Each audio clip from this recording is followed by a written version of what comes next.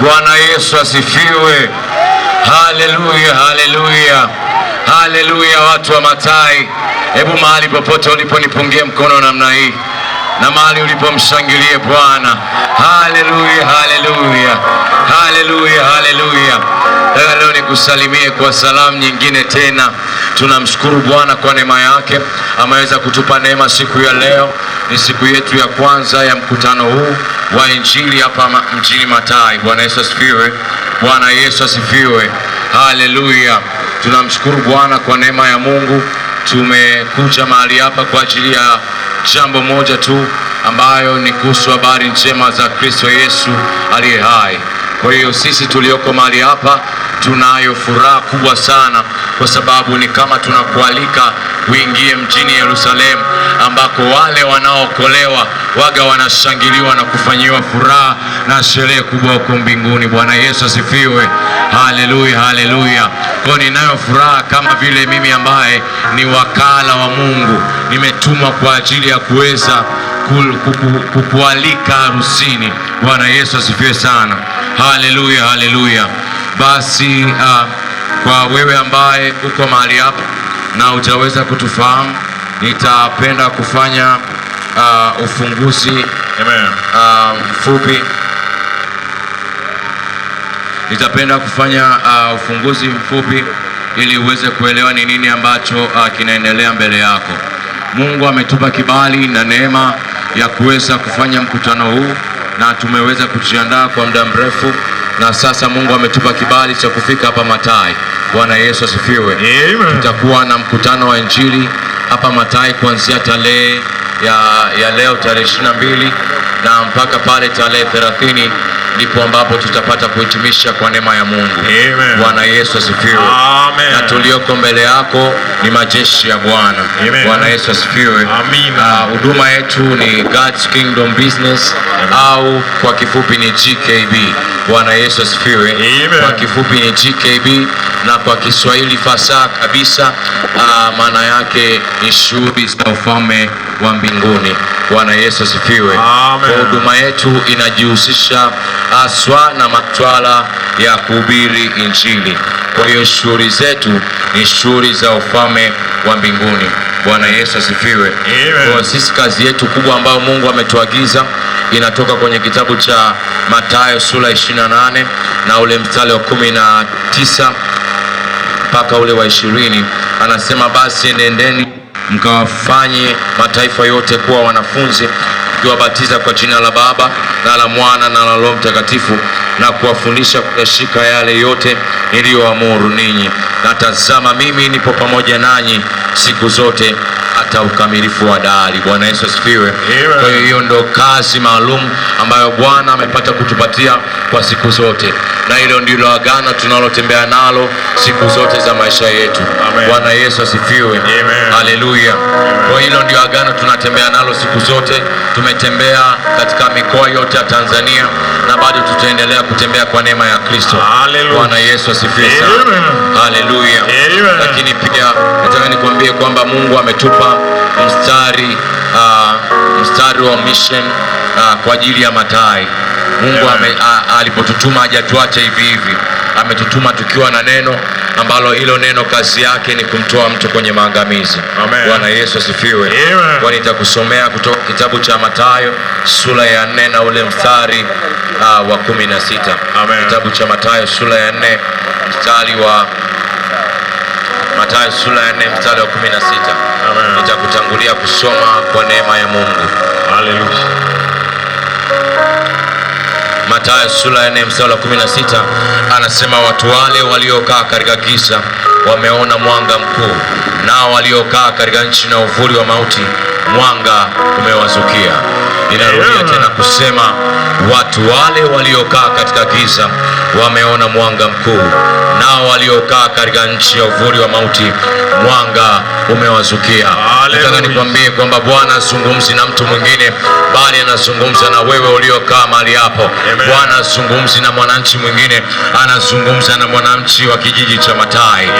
Bwana amekukusudia kwamba watu wale waliokaa katika giza wameona mwanga mkuu, na wale waliokaa katika nchi ya uvuli wa mauti, mwanga umewazukia. Nataka nikutangazie kama kuhani wa Bwana na mtumishi wake ya kwamba wewe ambaye umeteseka kwa muda mrefu na hujaweza kupata kuonja neema ya wokovu, neema ya wokovu ipo sasa, na hata sasa itatembea na wewe katika jina la Yesu. Na wewe uliyeshikiliwa katika vifungo na vitasa vya giza, ninakwenda kukutangazia kwamba Bwana yuko mahali hapa ndani ya siku 8 anakwenda kukufungua sawa sawa na mapenzi yake, sawa sawa na neno lake. Anasema kwamba nimelituma neno langu ili likutoe wewe katikati ya maangamizi. Ninaamini ya kwamba siku hizi 8 utakapohusulia mtu wa Mungu, au utatoka kama ulivyo. Hebu mwambie jirani yako, au utatoka kama ulivyo. Haleluya, haleluya, haleluya, haleluya. Nimekwambia mbele yako tuna majeshi ya Bwana. Tunataka tukusalimie kidogo, kusalimia kidogo. Hebu kama wewe ni mtu wa Mathayo, unja mkono namna hii. Hebu tanua namna hii. Nenda kusalimiana salamu yetu ya majeshi, majeshi. Haleluya, haleluya. Haleluya, haleluya. Haya, tunaenda kusalimiana. Amen. Majeshi, majeshi. Majeshi ya Bwana. Majeshi, majeshi. Majeshi yakipiga. Majeshi yakipiga. Majeshi yakipiga. Majeshi yakiua. Majeshi yakiacha hapo hapo. Yanapiga tena, yanasonga. Bado majeshi yaona. Tunaenda kurudia mara ya mwisho. Kwa mara ya mwisho tunaenda kurudia tena. Sijakubali. Yaani sijasikia kama kuna watu ambao wamechangamka. Neno la Bwana linasema kwamba moyo uliochangamka ni dawa ya mifupa. Tunaenda tena kuichangamsha mtu wa Mathayo.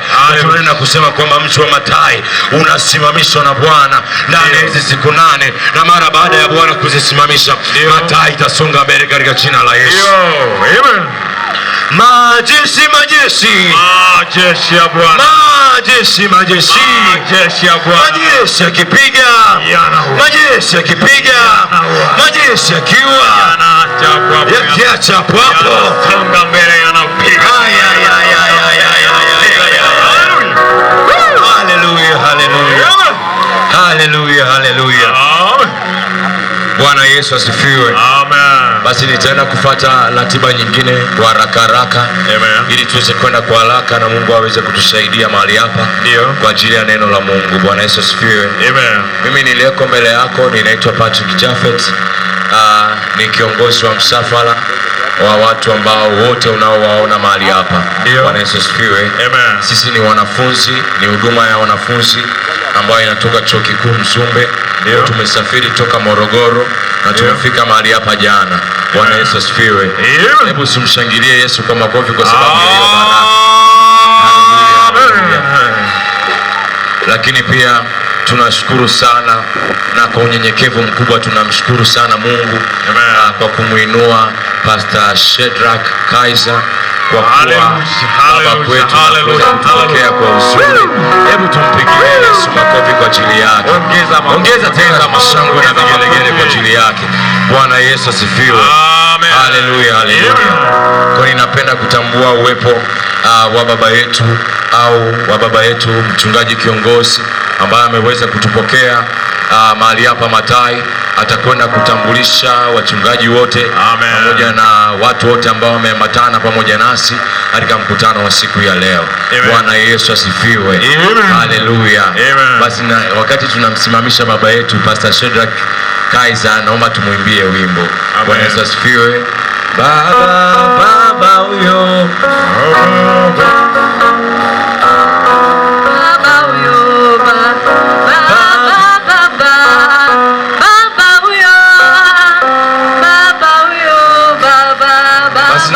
jopo lote liweze kusogea mahali hapa.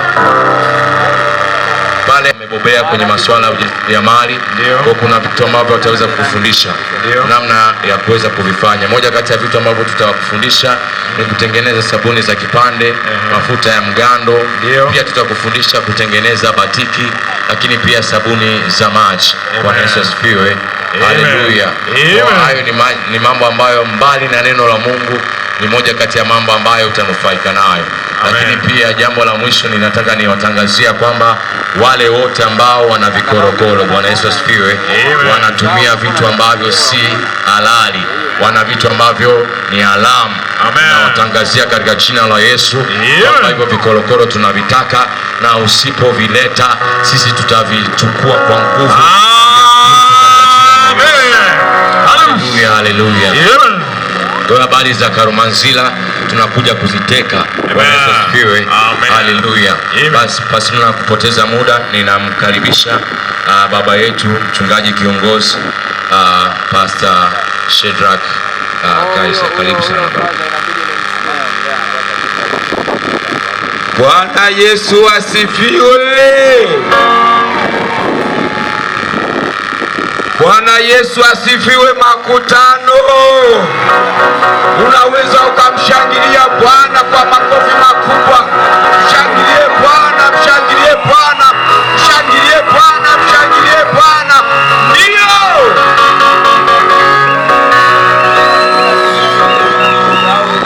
Amen. Watu wa Matai tumependelewa sana.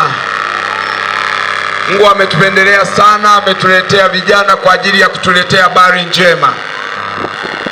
Na naamini siku zote mtu anayepokea ujumbe wa Yesu ndiye anayefanikiwa kuliko anayeleta ujumbe. Amen. Kwa hiyo tutumie fursa hii kuhudhuria kwenye mkutano, jambo la kwanza. Jambo la pili, kuombea mkutano. Jambo la tatu, kuleta watu wengi waweze kumpokea Yesu.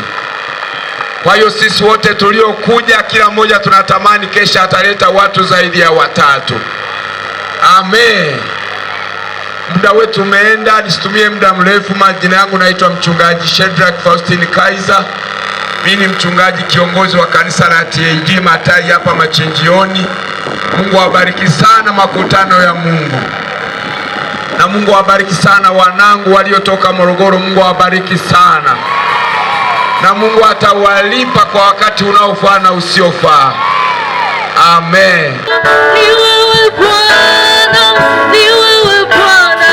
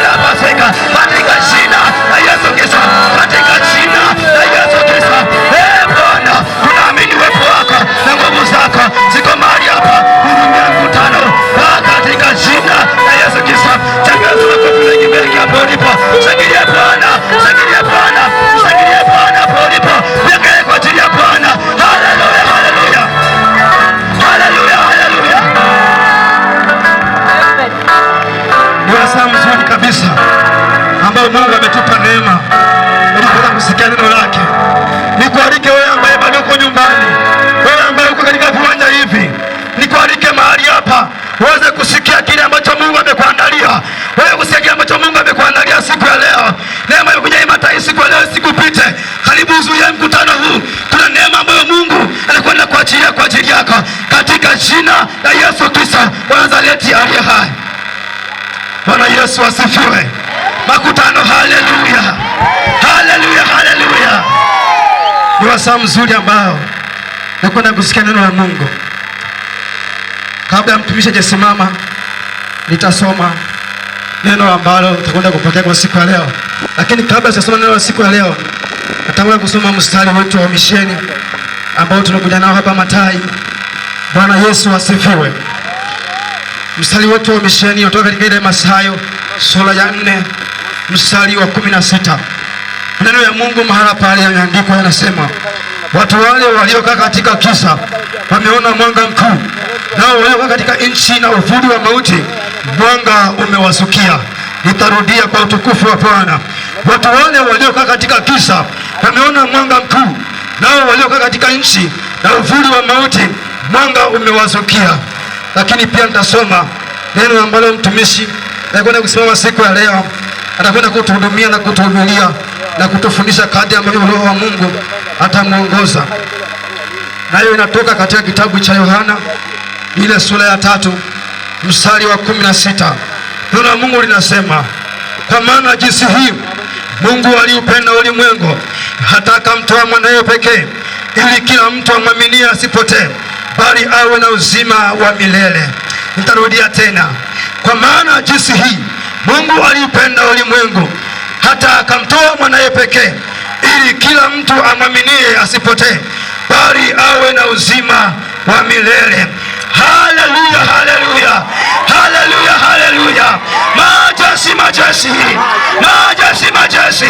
Haleluya, haleluya, haleluya. Watu wa Mathayo, Bwana Yesu asifiwe. Nione tukipungiana mikono namna hii popote ulipo, mtu wa Mathayo. Nione tukipungiana mikono namna hii. Haleluya. Bwana Yesu asifiwe. Hebu kama una pumzi ya Bwana nipungie mkono namna hii. Sisi ndio ambao tunaosaidiwa na Bwana. Wale ambao tunasaidiwa na Bwana kupungiana mikono namna hii. Wale ambao tutegemei waganga, sisi tunasaidiwa na Bwana. Ninaomba tupungiane mikono namna hii. Ninaomba tumshangilie Yesu. Mshangilie Yesu kidogo. Mshangilie tena, mshangilie. Ongeza makofi kwa Bwana. Haleluya. Bwana Yesu asifiwe. Bwana Yesu apewe sifa. Ni furaha mtu wa Mungu sisi kuwepo mahali hapa jioni ya leo. Na tumefika mahali hapa, sisi tuna furaha kabisa. Tumefurahi sana kuwaona ndugu zetu wa Mathayo. Mioyo yetu imefurahi sana kwa sababu hata kama tumetoka Morogoro, hata kama tumetoka Mzumbe, lakini ninyi ni ndugu zetu kwa sababu sisi sote ni raia wa ufalme wa Mungu. Sisi wote tumetoka mbinguni. Kwa hiyo mimi nina kaka zangu na dada zangu kutoka mahali hapa, kutoka Mathayo. Nina mama zangu kutoka Mathayo. Nina ndugu zangu kutoka Mathayo. Ninajisikia furaha, mtu wa Mungu. Hebu ongeza makofi kwa Bwana. Ongeza makofi kwa Bwana. Mtu wa Mathayo, naomba unisikilize kidogo. Pale pale tu ulipo, niangalie, nisaidie kumwangalia jirani yako. Mwangalie tu jirani yako, mtikise kidogo kwa kipepsi hivi, mwambie jirani, jirani. Mwambie tena jirani. Mwambie umependeza. Mwambie umependeza. Watu wa Mathayo, ngoja nikwambie mtu wa Mungu kidogo. Nataka nikwambie kwamba umependeza kwa sababu gani? Kama mbingu zitakuamini kwamba uwepo kwenye hii siku ya leo, ndio hivyo ambavyo umependeza, na sisi tunakuona umependeza. Kwa hiyo mbingu zimekuamini, mimi ni nani nisikuamini? Mtu wa Mathayo, wewe ni wa thamani sana. Mungu anakupenda mno. Mungu anakupenda mno. Mungu anakupenda mno. Acha kujidharau, mtu wa Mathayo. Mungu anakupenda sana. Ni neema iliyoje Mathayo. Kuna lango limefunguliwa Mathayo. Ndio maana tumekuja mahali hapa. Neno la Bwana linasema inuka uangaze, kwa sababu nuru yako imekuja. Nataka nikwambie mtu wa Mathayo, hautabaki kama ulivyo kwenye hizi siku 8 ambazo tumekuja nazo hapa. Hautakuwa wa kawaida. Lazima maisha yako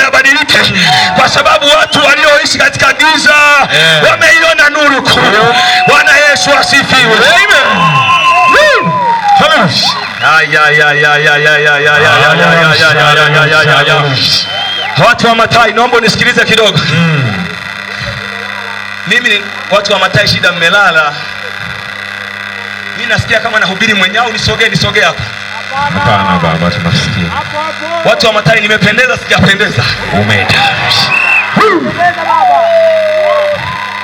Ngoja nikuonyeshe kidogo. Hapo vipi? Hapo vipi watu wa Matai? Bwana Yesu asifiwe. Bwana Yesu asifiwe. Acha nibaki hivi mtu wa Mungu. Acha nibaki hivi mtu wa Mungu. Naomba unisikilize kwa dakika chache.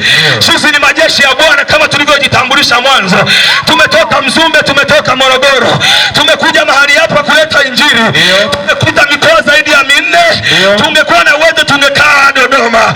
Tungekuwa na uwezo tungekaa pale Mbeya. Tungekuwa na uwezo labda tungesema tubaki pale Sumbawanga ndani pale.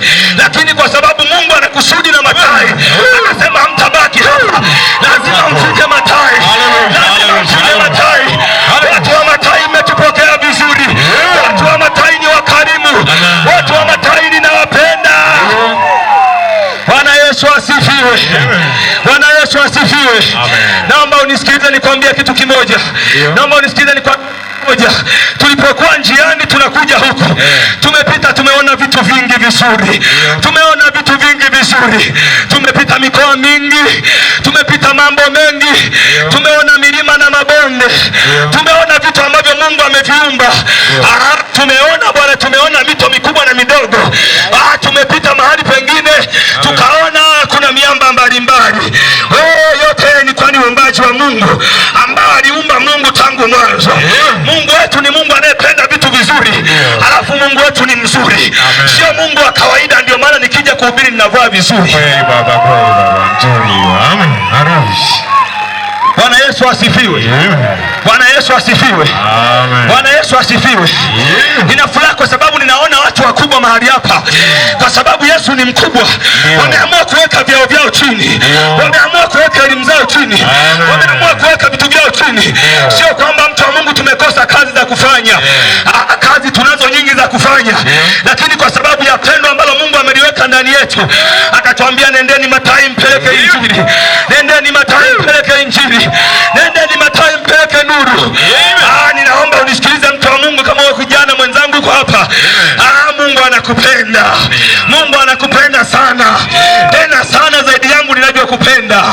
Bwana Yesu asifiwe. Amen. Bwana Yesu asifiwe. Amen. Bwana asifiwe. Amen.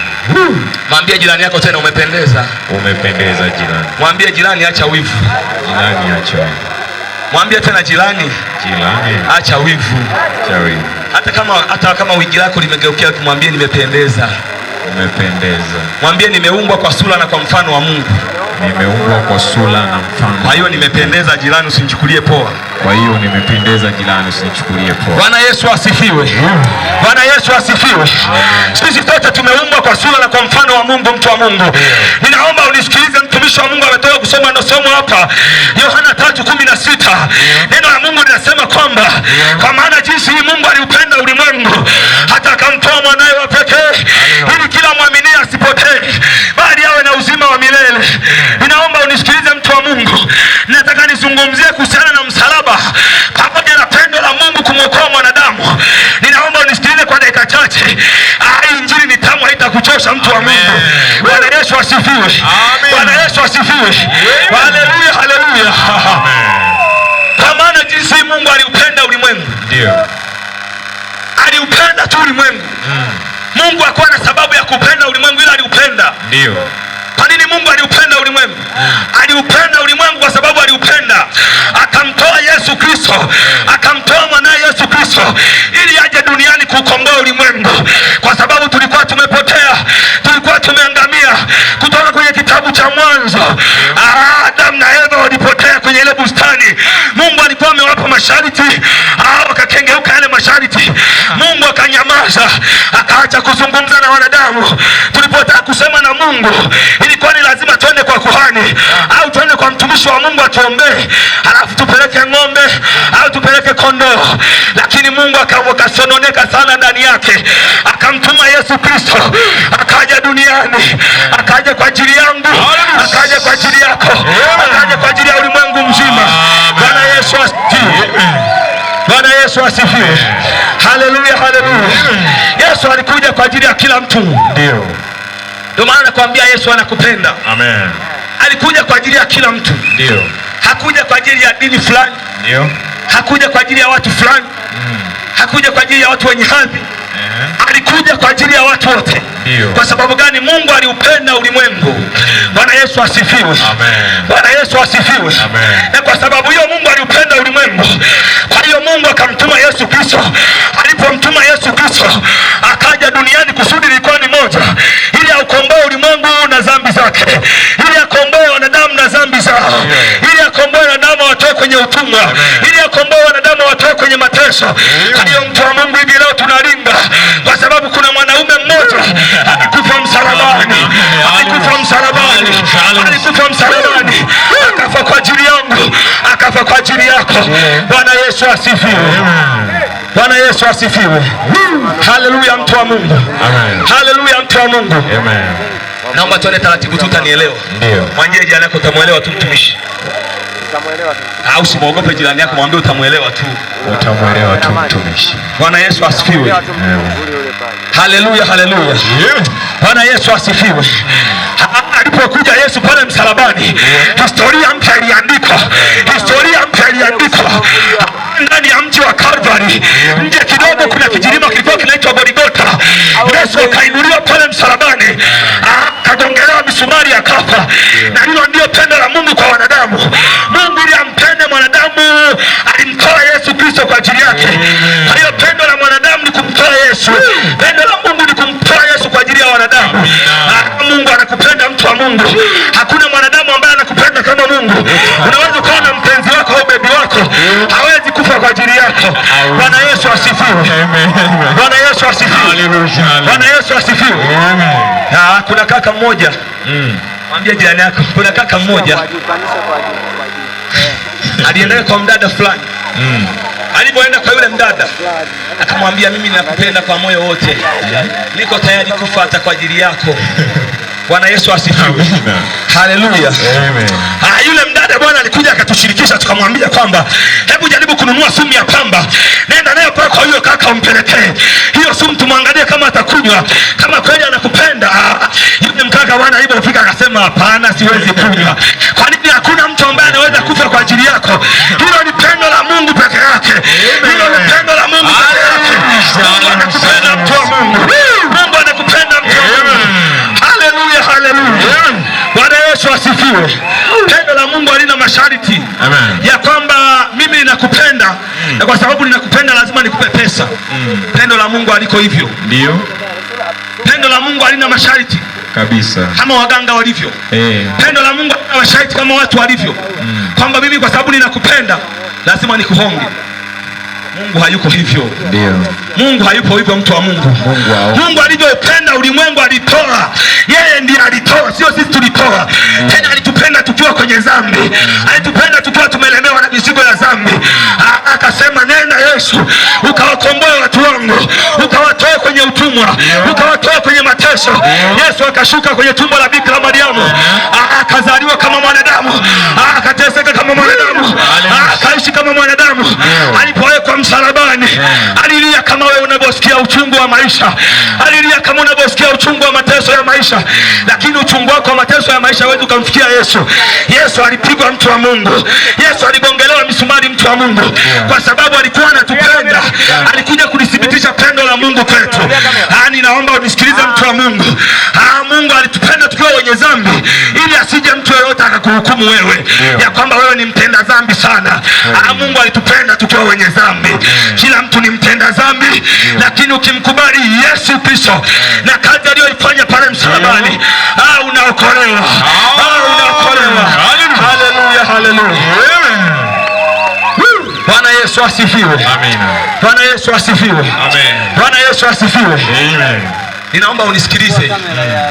Sasa nataka nikwambie hivi, kwa nini msalaba? Ushe kujiuliza, msalaba umekuwa umepita miaka 2000, lakini msalaba una nguvu bado. Watu bado wanaendelea kuokolewa kupitia msalaba. Kweli baba. Miaka 2000 imepita. Ndio. Watu bado wakienda kwenye msalaba wanapokea mahitaji yao. Wakienda kutafuta uponyaji wanapokea. Wakienda kutafuta vitu wanapokea. Kwa sababu ipo nguvu kwenye msalaba wa Yesu Kristo. Ipo nguvu kwenye msalaba wa Yesu Kristo. Vizazi na vizazi viokolewe. Ninaomba unisikilize mtu wa Mungu. Msalaba sio kitu cha kawaida kama unavyokichukulia. Hapo ndipo kazi ilipokamilika ya Yesu. Alipokuja hapa duniani, alipopandishwa pale msalabani, alikubali aibu, akachukua aibu yako. Yeye alikuwa anakuwakilisha pale msalabani, kwa sababu Biblia inasema kwamba nafsi itendayo dhambi mshahara wake ni mauti, na mshahara wa dhambi ni mauti. Kwa hiyo Yesu alipandishwa pale msalabani, akachukua ile mauti kwa ajili yako, kwa niaba yako akaichukua. Akachukua magonjwa yako pale msalabani, akachukua tabu zako pale msalabani, akachukua mateso yako pale msalabani. Kwa ni lazima uende msalabani, ni lazima uone msalaba ili uokolewe. Haleluya, haleluya, Haleluya. Bwana Yesu asifiwe. Amen. Watu wa Matai, Bwana Yesu asifiwe. Amen. Watu wa Matai, Bwana Yesu asifiwe. Amen. Nione watu wanaompenda Mungu akimshangilia. Haleluya. Nione watu wanaompenda Mungu akimshangilia Mungu. Haleluya, haleluya. Naomba nikupe kwa haraka haraka. Ule msalaba wa Yesu ulikuwa na mbao mbili. Ndio. Jesus. Amen. Msalaba wa Yesu ulikuwa na mbao mbili. Mbao ya kwanza ni mbao ambayo imeenda hivi, imekaa ulalo. Mbao ya pili ni mbao ambayo imesimama Wima. Tuko pamoja? Amen. Watu wa Mungu, tuko sawa sawa? Sawa. Tuko sawa sawa baba. Haya. Kama tuko sawa sawa, safi kabisa. Bwana Yesu asifiwe. Amen. Sasa ile mbao ya kwanza ambayo imelala hivi, ile ni ishara ya kutoa. Ndio. Ile mbao ni ishara ya kutoa. Haleluya. Mtu wa Mungu, sisi tulikuwa tumepungukiwa, tulikuwa tumemwasi Mungu toka kipindi cha Edeni, tulikuwa tumemkataa Mungu, tulikuwa tunaona Mungu ni wa namna gani, tuacha tuenende kwenye njia zetu. Shetani akaanza kututumikisha, shetani akaanza kutuweka kwenye mateso. Shetani kazi yake ni kutoa, ya kwamba sisi tunapungukiwa kwenye maisha yetu. Anapunguza kila kitu kwenye mashamba, anapunguza kila kitu kwenye afya, anapunguza kila kitu kwenye maisha yetu, anapunguza watoto. Kuna wengine mko hapa huwa mnazika kila mwaka. Kwa nini mnakuwa mnapungua? Ile ni ishara ya kwanza ya kutoa. Kweli kabisa. Mwambie tena jirani yako, ishara ya kutoa. Ishara ya kutoa. Wangapi tunaelewa na mtu wa Mungu? Amen. Haleluya. Nataka uondoke mahali hapo ukiwa umeelewa. Ndio. Sio nikuhubirie tu bla bla. Uondoke ujui kwamba niliokokea nini. Amen. Haleluya. Shangilia Yesu. Shangilia Yesu. Bwana Yesu asifiwe. Amen. Mbao ya pili ya msalaba ilikuwa ni mbao ambayo ilikuwa inakatiza katikati ya msalaba. Ile kutoa ikakatiza katikati, ambayo ndio ile mbao iliyobadilisha maana ya kutoa, ikawa ni kujumlisha, ikawa ni ujumlisha. Nataka nikwambie mtu wa Mungu, Mungu alipoyaona yale mateso ambayo tulikuwa tunapitia, akamtuma Yesu Kristo. Ule msalaba ulikuwa na maana, akapita kutoka kwenye ile kutoa ikawa kujumlisha. Shetani kazi yake ni kupunguza, lakini Mungu kazi yake ni kuongeza. Ninaomba nikwambie, tulikuwa tumekosa tumaini, Yesu akatuongezea tumaini. Tulikuwa tumekosa maisha, Yesu akatupa maisha. Tulikuwa kwenye utumwa, Yesu akatuweka huru, akaja kutuongezea maisha, akaja kutuongezea uzima tele. Tulikuwa tumepotea, mtu wa Mungu. Watu walikuwa wanatafuta utoshelevu, kwa sababu hakuna utoshelevu. Watu walikuwa wanatafuta amani, kwa sababu hakuna amani. Vita na maasi viliongezeka. Yesu akalileta tumaini kupitia pendo la Yesu pale msalabani. Bwana Yesu asifiwe. Amen. Hivi tuko sawa sawa, mtu wa Mungu? Tuko sawa sawa? Amen. Tuko sawa sawa, mtu wa Mungu? Tuko sawa sawa? Bwana Yesu asifiwe. Amen. Bwana Yesu asifiwe. Amen. Sasa naomba unisikilize. Naomba unisikilize kwa makini. Nataka nimalizie kitu hapo. Kwenye kitabu cha Agano la Kale, Mungu alimwambia Musa, muinue nyoka wa shaba. Ndio. Jifanyie nyoka wa shaba pale jangwani. Wale wana wa Israeli waling'atwa na nyoka wenye sumu kali, waling'atwa na nyoka wenye sumu kali. Walikuwa wanaugua, walikuwa wanateseka, maisha yao yalikuwa hatiani kufa, lakini Mungu akawaonea huruma, akamwambia Musa, jitengelezee nyoka wa shaba. Nyoka huyo wa shaba akawekwa kwenye mti, ya kwamba kila mtu atakayemwangalia kwa imani atapona. Yesu asifiwe. Bwana Yesu asifiwe. Hivyo hivyo kwenye kitabu cha Yohana inasema kama Musa alipomwinua nyoka wa shaba, hata Yesu naye hana budi kuinuliwa. Ulikuwa ni unabii, ulikuwa ni unabii, ulikuwa unatimia, kwamba dhambi zilianzia mtini na zikakamilikia mtini. Mateso yalianzia mtini kwenye kitabu kile cha Mwanzo kwa Adamu, ikakamilikia pale mtini. Ninaomba unisikilize mtu wa Mungu, nikwambie kitu kimoja. Ninaomba unisikilize vizuri, nikwambie kitu kimoja. Kwa hiyo Yesu ukimtazama kwa imani, kwa sababu alitundikwa pale msalabani, alikuwa anakuwakilisha wewe, lakini alikuwa anawakilisha mateso aliyoyachukua pale msalabani.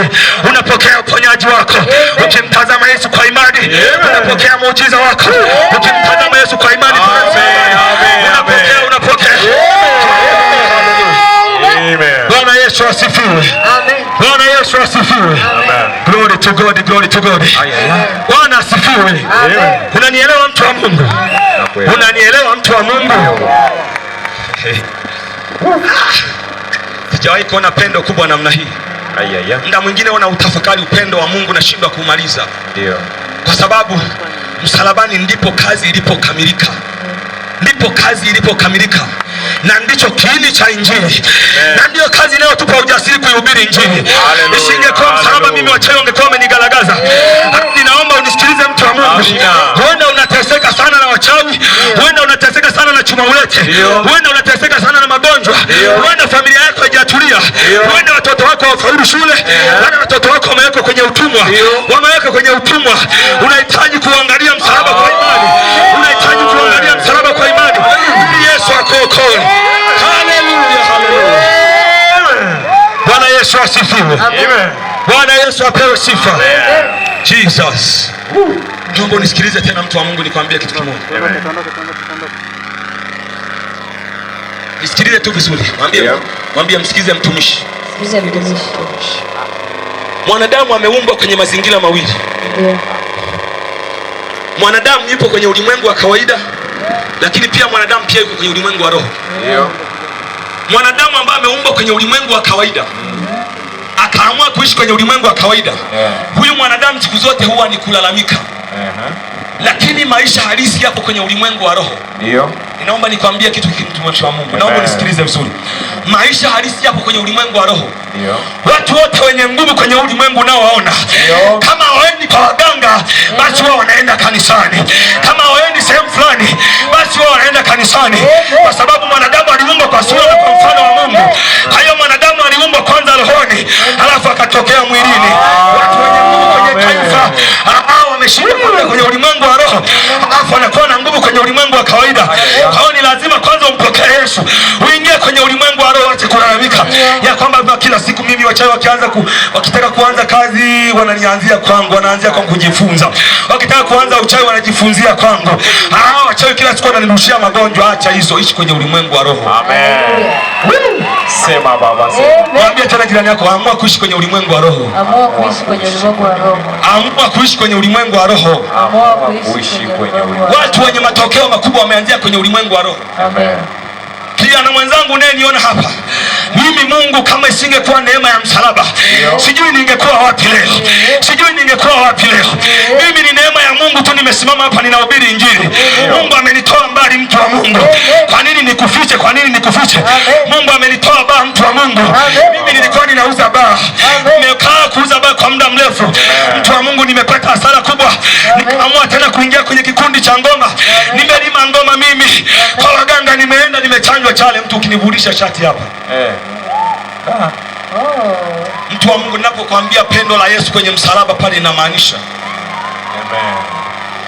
Yesu anaweza akakugeuza kuwa mtu ambaye ulikuwa hujulikani ukawa mtu unayejulikana. Yesu anaweza kubadilisha maisha yako. Nakuhubiria Injili. Mimi nilikuwa mzabaa, leo hii nakuhubiria Injili. Nilikuwa nacheza ngoma za kienyeji, leo hii nakuhubiria Injili.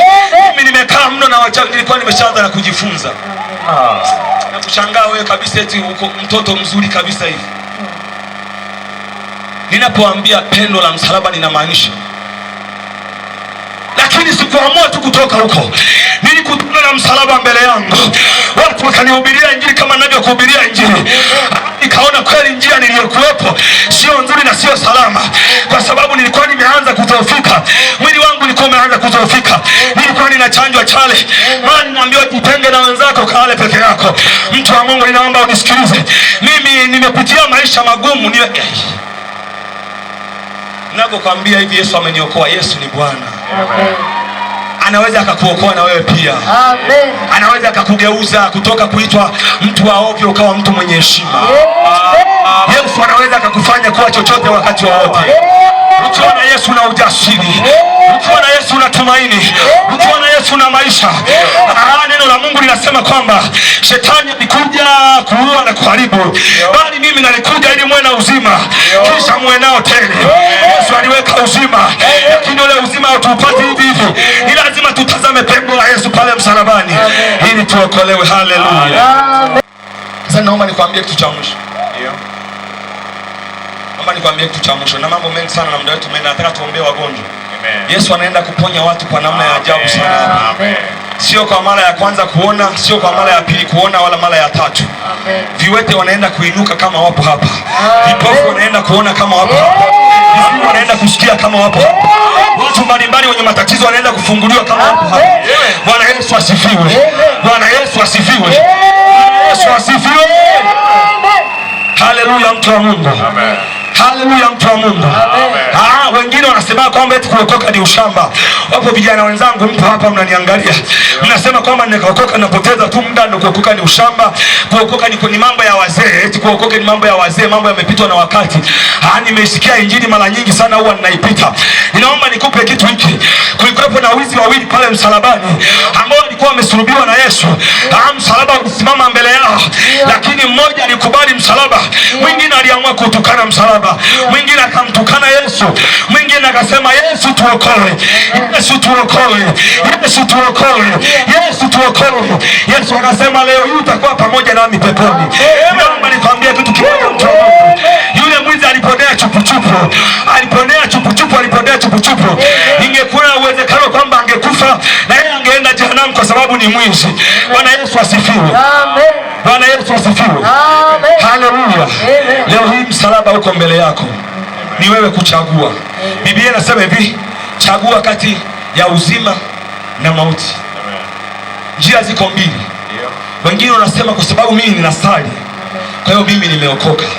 Kuna mwingine unaweza ukawa unasali bado haujaokoka, kwa sababu kuokoka ni maamuzi binafsi. Yesu anaweza akawa mwokozi wetu, lakini asiwe mwokozi wako wewe. Kwa nini? Kwa sababu ni jambo la mtu binafsi. Mungu anaweza akaitwa Mungu wetu, lakini hawezi akaitwa Mungu wako, kwa sababu hujampa maisha yako. Ni lazima uamue kumpa maisha yako. Umwambie Yesu, ninakupokea leo, uwe Bwana na mwokozi wa maisha yangu. Siulizi kwamba wewe unaenda unashiriki ushirika mtakatifu. Mimi siulizi kwamba kama unaenda kanisani kila Jumapili. Mimi siulizi kwamba kama uko kwenye kikundi cha kwaya.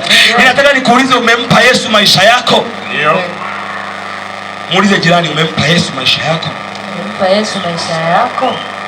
Muulize tena, umempokea Yesu kama Bwana na Mwokozi wa maisha yako? Umempokea Yesu kama Bwana na Mwokozi wa maisha yako? Bwana Yesu asifiwe. Amen. Biblia inasema hivi, kwa moyo mtu uamini hata kupata haki, na kwa kinywa mtu ukiri hata kupata wokovu. Kwa hiyo unapoamini ndani ya moyo wako, kama ambavyo unautazama msalaba kwa imani, unapokea uponyaji, unapokea wokovu, unapokea uzima wa milele. Kwa hiyo ukiamua kumpokea Yesu kwenye maisha yako, ni lazima kwanza uamini kwamba Yesu yupo, na Yesu anaweza kukuokoa, na Yesu anaweza kubadilisha, akakufanya kuwa mtu mkubwa, akakufanya kuwa mtu fulani kwenye jamii, akakufanya kuwa mtu mwenye hadhi fulani, akakutoa kwenye kudharaulika, akakuweka kwa watu wenye heshima. Bwana Yesu asifiwe, mtu wa Mungu. Hayo kuokoka ni jambo binafsi, sio swala la kikundi, wala sio swala eti la kufuata mkumbo kwamba ninaenda kuokoka kwa sababu mtu ameokoka. Ni jambo binafsi. Amen. Ni lazima uamini ndani ya moyo wako. Yeah. Kwa moyo mtu uamini hata kupata haki. Yeah. Na kwa kinywa mtu ukiri hata kupata wokovu. Yeah. Kwa hiyo kwa kinywa mtu anamkiri Yesu anapokea wokovu, anaokoka kama Bwana na Mwokozi wa maisha yake. Bwana Yesu asifiwe. Wangapi tunaelewa na watu wa mahali hapa? Tuko pamoja watu wa mahali hapa? Tuko pamoja watu wa mahali hapa? Inawezekana unaenda kanisani kwa sababu mama na baba wao wanaenda kanisani. Inawezekana umeenda kanisani kwa sababu unaona ndugu zako wanaenda kanisani, lakini bado haujaokoka wewe, lakini bado hujamkiri Yesu kama Bwana na Mwokozi wa maisha yako binafsi. Leo hii jioni ya leo ninakuita kwenye viwanja hivi umpokee Yesu wewe Bwana na Mwokozi wa maisha yako, kwa sababu wokovu sio wa kulisi. Wokovu ni maamuzi. Wokovu ni maamuzi. Kama ulivyoamua kuoa, kuolewa, unaweza ukaamua pia kuokoka. Yesu halazimishi watu, lakini kwa sababu pendo limefunuliwa anakuita na yuko tayari kukupokea. Bwana Yesu asifiwe. Haijalishi mtu wa Mungu umetenda mangapi mpaka hapo ulipo. Haijalishi umetenda dhambi ngapi mtu wa Mungu, lakini Yesu anakuita. Njooni kwangu msumbukao na kulemewa na mizigo, nami nitawapumzisha. Yesu anakuita mtu wa Mathayo. Yesu anakuhitaji mtu wa Mathayo. Yesu anakuita mtu wa Mathayo. Bwana Yesu asifiwe. Unaweza kusaidia kusimama pale ulipo, simama tu pale ulipo. Karabashanda rabakuri mando rapa karanta rabasatabaya. Inawezekana kuna magonjwa yanakusumbua. Inawezekana kuna kitu ambacho kimeshindwa kuondoka kwenye maisha yako. Kuna kitu ambacho umepambana nacho kwenye maisha yako kwa muda mrefu, lakini kimeshindwa kuondoka. Ni kwa sababu haujampokea Yesu binafsi kama Bwana na Mwokozi wa maisha yako. Inawezekana kabisa kwa sababu Yesu akiwa ndani yako hakuna ugonjwa utakaa ndani yako. Yesu akiwa ndani yako hakuna sijui asima itakaa ndani yako. Yesu akiwa ndani yako hakuna kurogwa sijui mchawi anakuja kuingilia wapi. Kwa sababu Yesu yuko ndani yako. Unapookoka unapokea ulinzi nje na ndani. Mungu anaanza kukulinda, anaanza kutembea na wewe, anaanza kuishi na wewe. Bwana Yesu asifiwe. Naomba tutelemke wote watu wa Mungu, tusogee mahali hapa. Naomba tutelemke watu wa Mungu, tusogee tu wote mahali hapa, tusogee tu wote mahali hapa. Karabashanda rabakuri amandi ribo sekeri amando. Kama una mgonjwa telemka naye. Mataparatakato. Sogea tu mtu wa Mungu mahali hapa. Sogea tu mtu wa Mungu mahali hapa. Sogea tu mtu wa Mungu mahali hapa. Rapakoramando robo seke. Yesu anakuita, Yesu anakuita, Yesu anakuita kwa sauti ya upole na unyenyekevu mno. Sogea tu mahali hapa, sogea tu mahali hapa. Sogea tu mahali hapa, sogea tu mahali hapa mtu wa Mungu. Sogea tu mahali hapa, sogea tu mahali hapa mtu wa Mungu. Yesu anakuita, Yesu anakuita. Yesu anakuita, Yesu anakuita. Sogea, sogea usiogope. Sogea, sogea usiogope. Hata kama una mzigo wa dhambi, njoo nao hivyo hivyo. Yesu anakuita jinsi ulivyo. Hata kama una matatizo chungu nzima, Yesu anakuita njoo kama jinsi ulivyo. Hata kama unaona umekataliwa mno, Yesu anakuita njoo jinsi ulivyo. Njoo pokee msamaha wa dhambi. Njoo pokee uponyaji wako. Njoo pokee muujiza wako. Yesu anakuhitaji kama ulivyo. Tusogee mahali hapa watu wa Mungu. Tusogee mahali hapa watu wa Mungu. Msalaba ndio asili. Sogea tu mtu wa Mungu mahali hapa.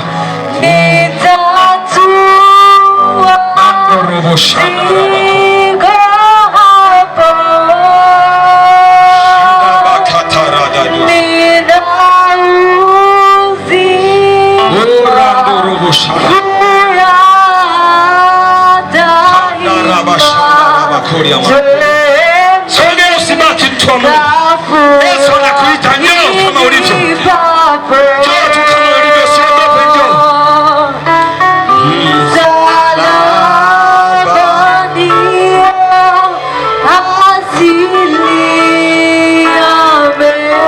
Tunakusubiria wewe uliyeko nyuma.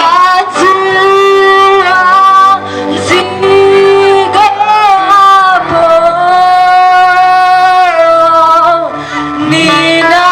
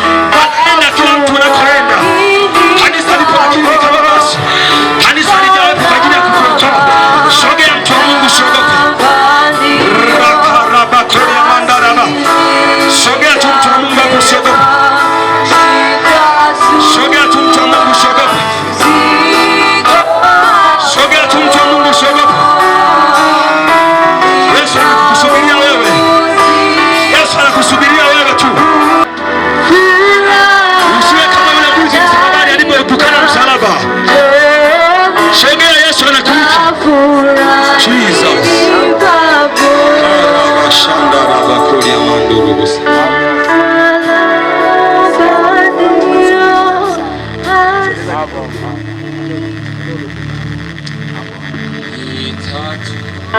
Bwana Yesu asifiwe. Wale ambao umepita mbele, umefanya maamuzi makubwa sana ambao haujawahi kuyafanya kwenye maisha yako. Ni zaidi hata maamuzi ya kuoa au kuolewa. Umefanya maamuzi makubwa sana. Kumpa Yesu maisha yako sio swala la kitoto. Umefanya maamuzi makubwa. Ninaomba tunyanyue mikono tu wote. Nyanyua tu mikono yako juu. Nyanyua tu mikono yako juu. Funika macho yako pale ulipo. Funika tu macho yako pale ulipo.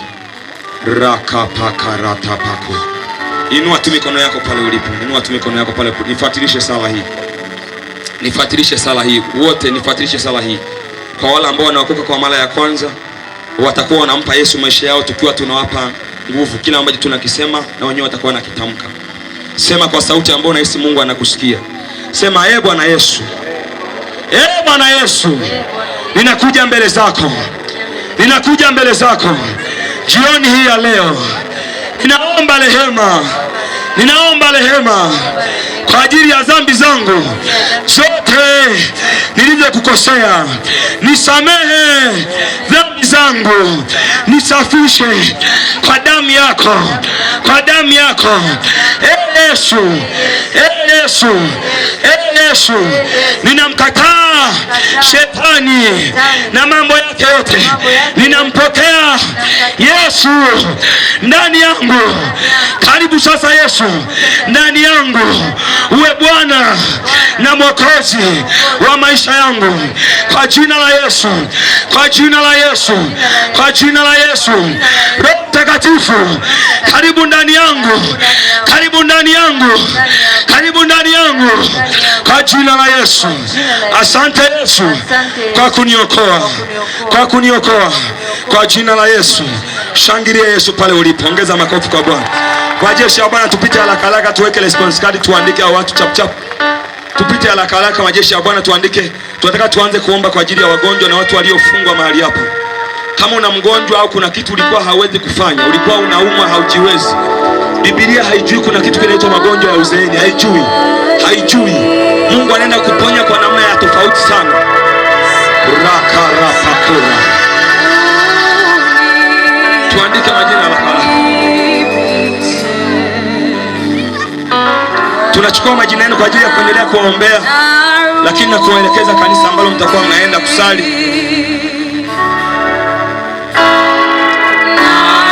Usiondoke bado, tuyaomba kwa ajili ya wagonjwa.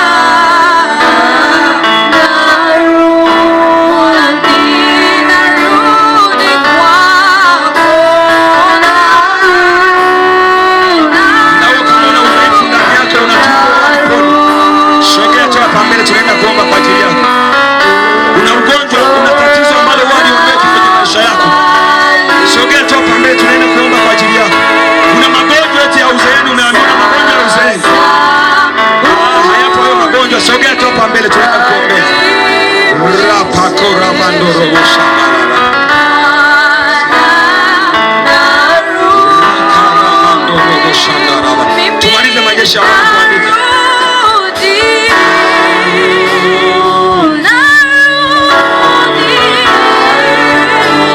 Unaweza kujifuatilisha wimbo huu taratibu tu. Huku kuinua imani yako msalabani. Ukiinua imani yako tu msalabani, endelea kuimba.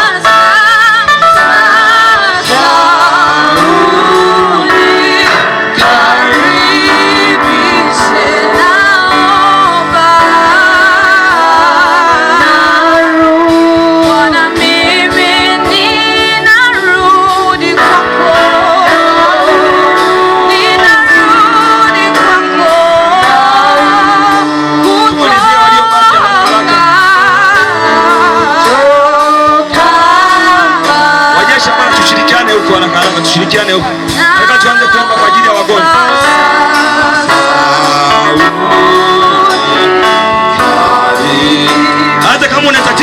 hawezi kuzaa. Nasikia kuna mtu ana ndoa lakini hajawahi kubeba mimba. Jesus. Jesus.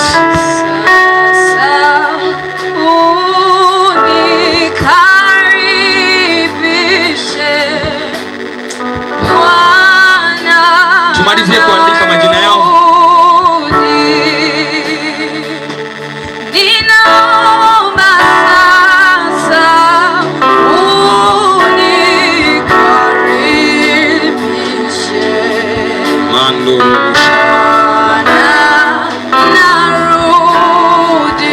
Usiondoke mtu wa Mungu, tunaenda kuomba kwa ajili ya wagonjwa na waliofungwa.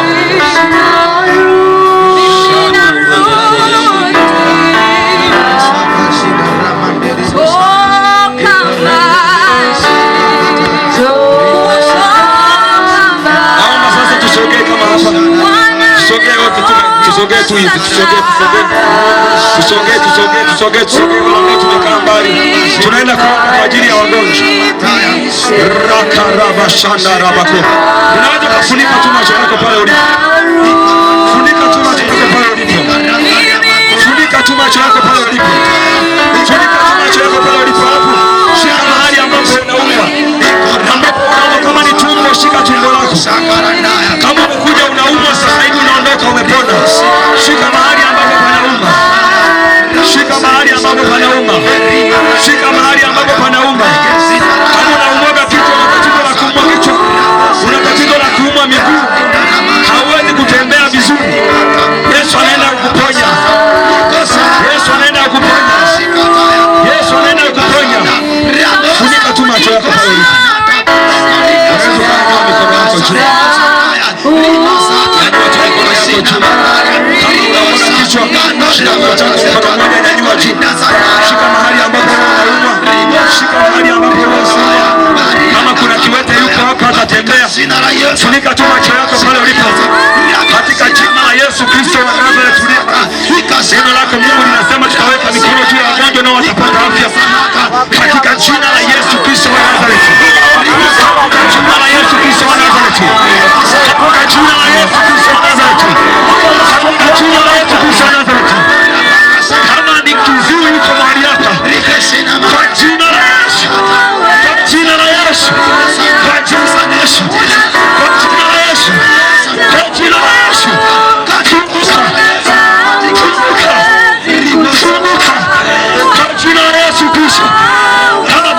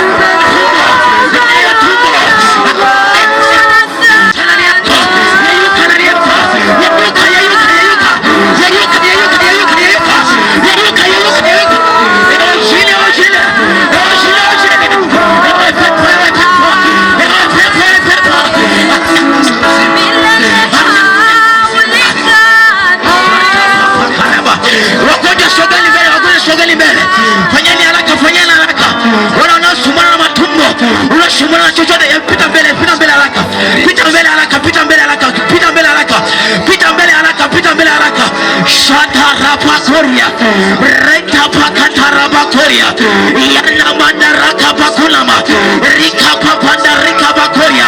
Tunaachilia nguvu ya uponyaji hapo hapo mara ulipo, hiyo miguu ikapate nguvu mpya, hiyo kiwete inawapisha kwa jina la Yesu aliye hai.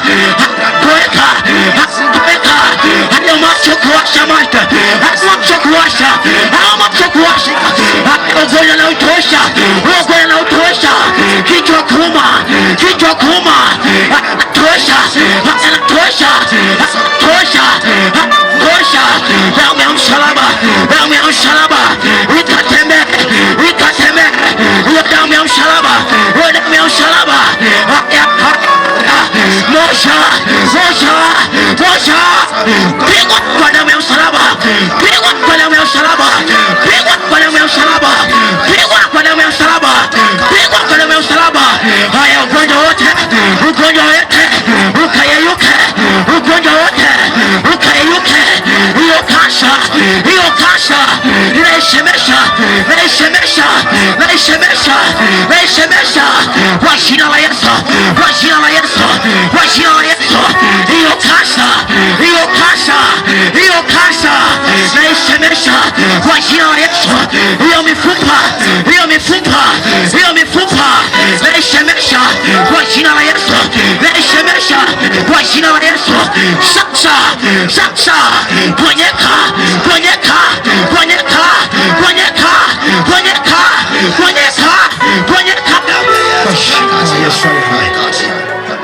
dada, sogea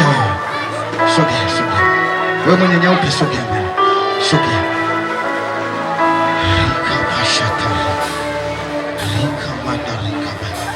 Leta mkono wako, sogeza.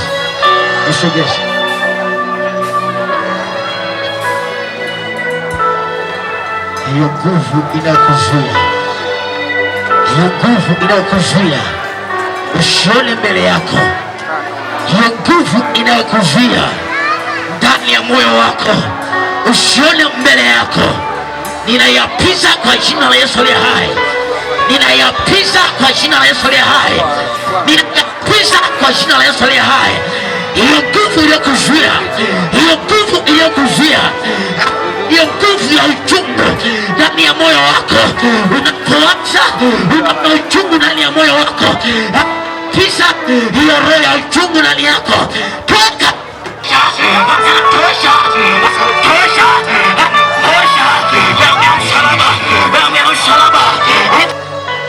Nguvu yoyote ile ya magonjwa, majira haya tunaitowesha kwa damu ya msalaba.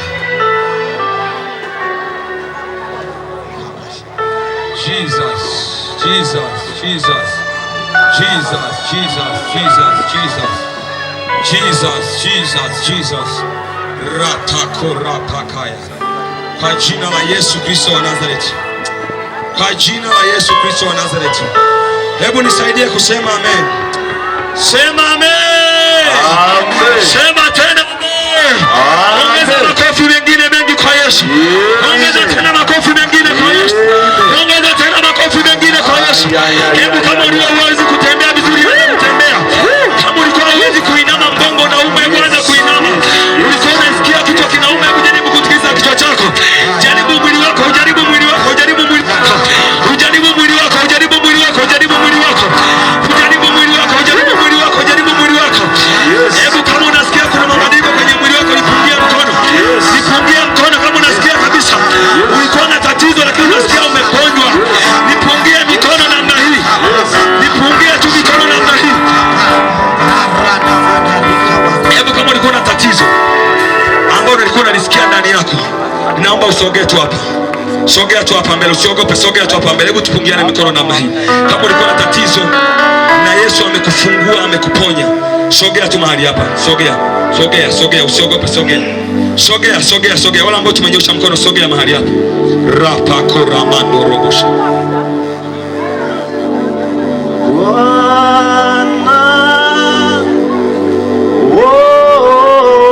Sogea tu mtu wa Mungu, usiogope, sogea tu mtu wa Mungu. Kama unasikia kuna mabadiliko ndani ya mwili wako. Ulikuwa na shida ya nini? Na shida ya kuumwa. Sasa hivi unasikiaje? Unajisikia vizuri? Kiuno kilikuwa kinauma sana, sasa hivi kimepona. Kichwa kilikuwa kinauma sana, sasa hivi unasikia umepona. Unaweza ukajaribu kuinama hivi, hapo nisaidie mtoto, msaidie kumshikilizia mtoto. Nani amsaidie kumshikilizia mtoto? Msaidie, nataka tuangalie kweli mtu amepona. Amen. Msaidie kumshikilizia mtoto. Haleluya, haleluya.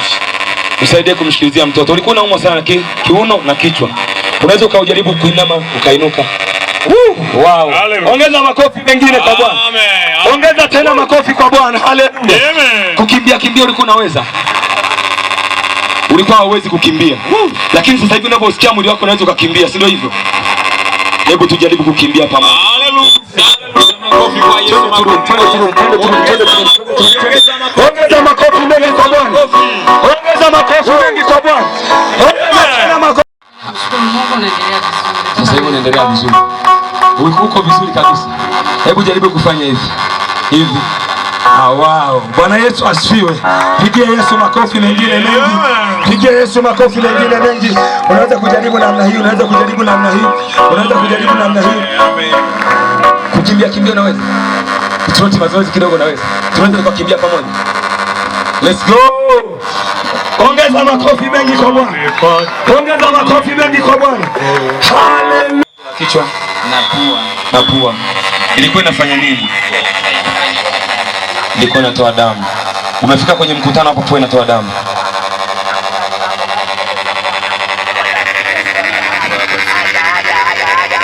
Kila asubuhi nikiwa nimeamka inatoa damu. Sasa umesikiaje ndani yako kwamba Yesu amekuponya? Umesikiaje ndani yako kwamba Yesu amekuponya? Kichwa huwa kinanisumbua, hata hapa nilipokuwa mkutanoni kilikuwa kinauma, lakini sasa hivi kichwa kimeacha. Hebu fanya hivi, tikisa kichwa hivi, tikisa kichwa hivi, tikisa kichwa hivi. Unaweza kurukaruka hivi, unaweza kurukaruka, unaweza kurukaruka. Tikisa tena hivi, tikisa tena kitu. Shangilia Bwana, watu wa Mungu, watu wa Mathayo, ongeza makofi mengine kwa Bwana, ongeza tena makofi. Haleluya, Bwana Yesu asifiwe.